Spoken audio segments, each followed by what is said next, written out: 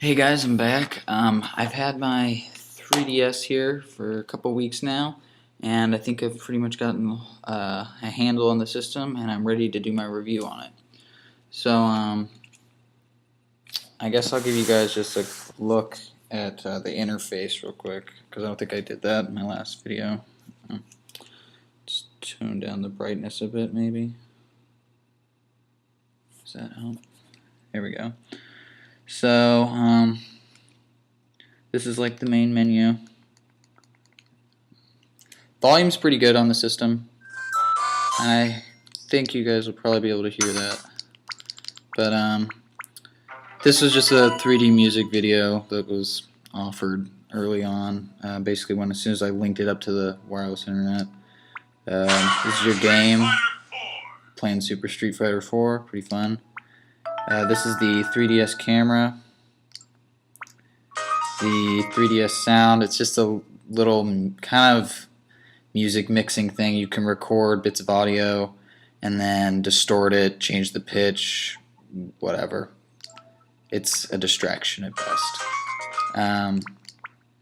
This is the Me Maker, self-explanatory if you've ever seen a Wii.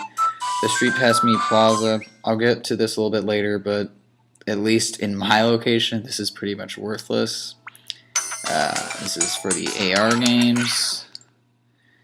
Face Raiders, which is a built-in software game, takes a picture of, you can take a picture of your face or someone else's face and then shoot them. It uses the gyroscope inside the 3DS, so you actually have to turn to see what you're shooting instead of using like the circle pad or the D-pad. So it's actually kind of fun, pretty cool for built-in free software. Health and safety information, activity log. This is also kind of dumb. This actually works as a pedometer, so you can actually chart your steps. So it'll show you that in there. It'll tell you how long you've played a game each day, what games you've played, etc. Not really super useful information, but whatever.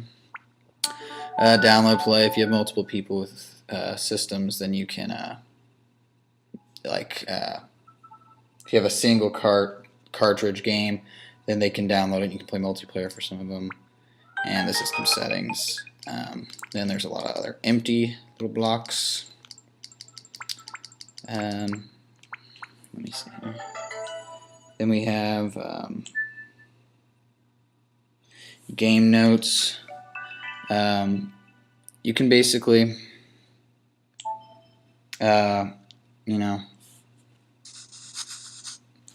write. It's kind of just like a picture chat or whatever. You can write a note. You can suspend whatever software you're using, whatever game you're playing, then open up one of these if you wanted to take a note of something. I can't think of any reason to do that, but if you want to leave yourself a memo or something, that could be useful too.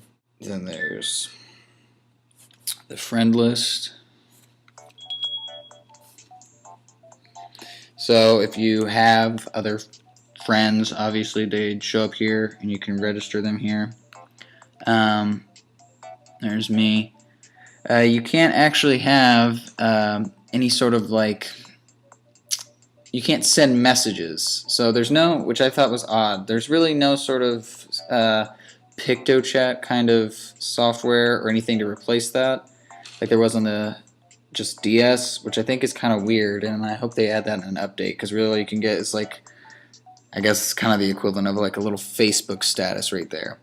I don't have any other friends yet, so hey, if you guys have any of you guys have a 3DS, feel free to leave a comment and let me know, and then maybe we can play some Street Fighter or something.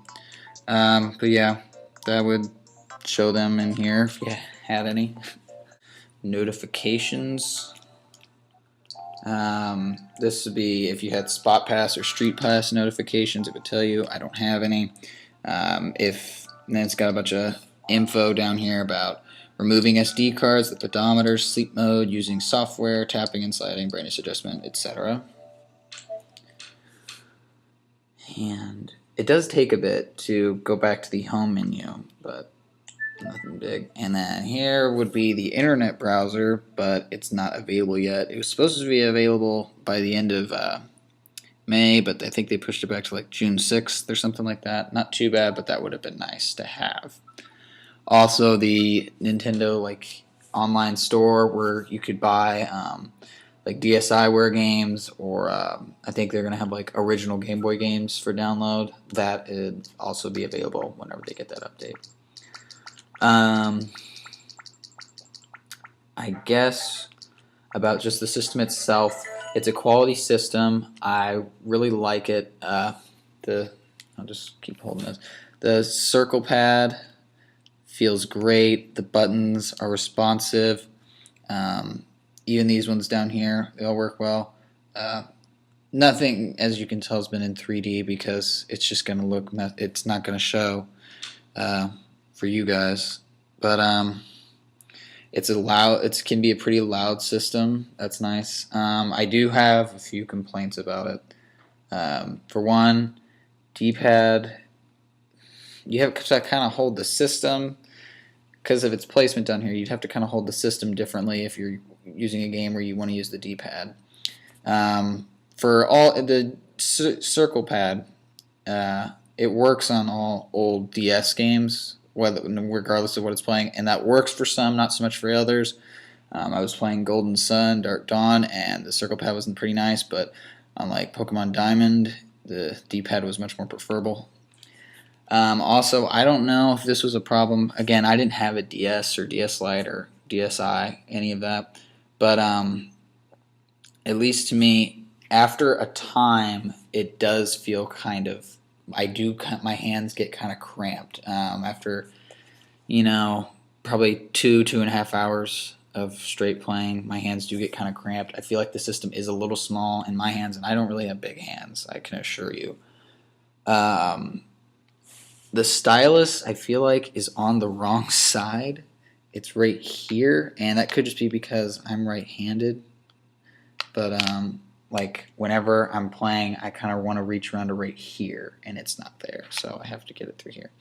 The stylus, I will say, I don't know what it is. If it's just this metal that it's made out of, I don't know, and it could just be because it's still kind of new, but it's kind of feels like almost greasy.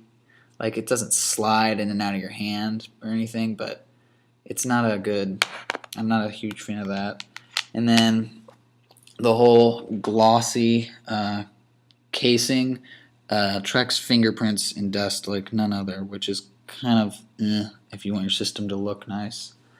The 3D camera feature, these two right here, the 3D pictures are pretty fuzzy, very pixelated. I'm not sure if this is true, I've heard that these two cameras here on the outside are basically from like a Nokia phone from almost 10 years ago, so they don't look that great. However, if you take a picture with this camera right here, it's not in 3D, but it looks much better. So there's kind of the trade-off.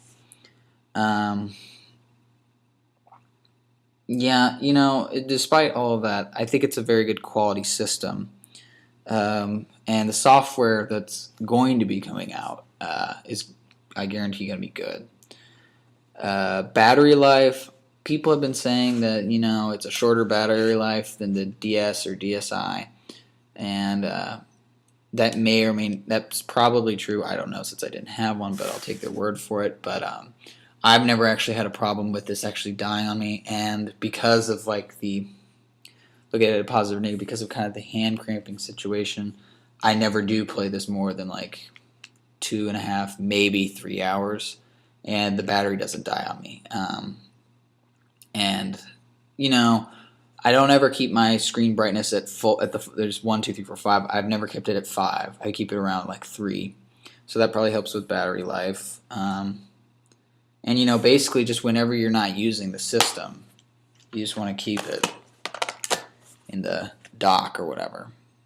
That's just the philosophy that I've taken with it, and I've never had a problem with it dying or really even on the battery running low. And we just got back from a vacation to Florida, and we drove all the way there, so 15 hours, and we stopped twice, but I managed to get through it playing this quite a bit, and it didn't really die on me, so I think it's fine.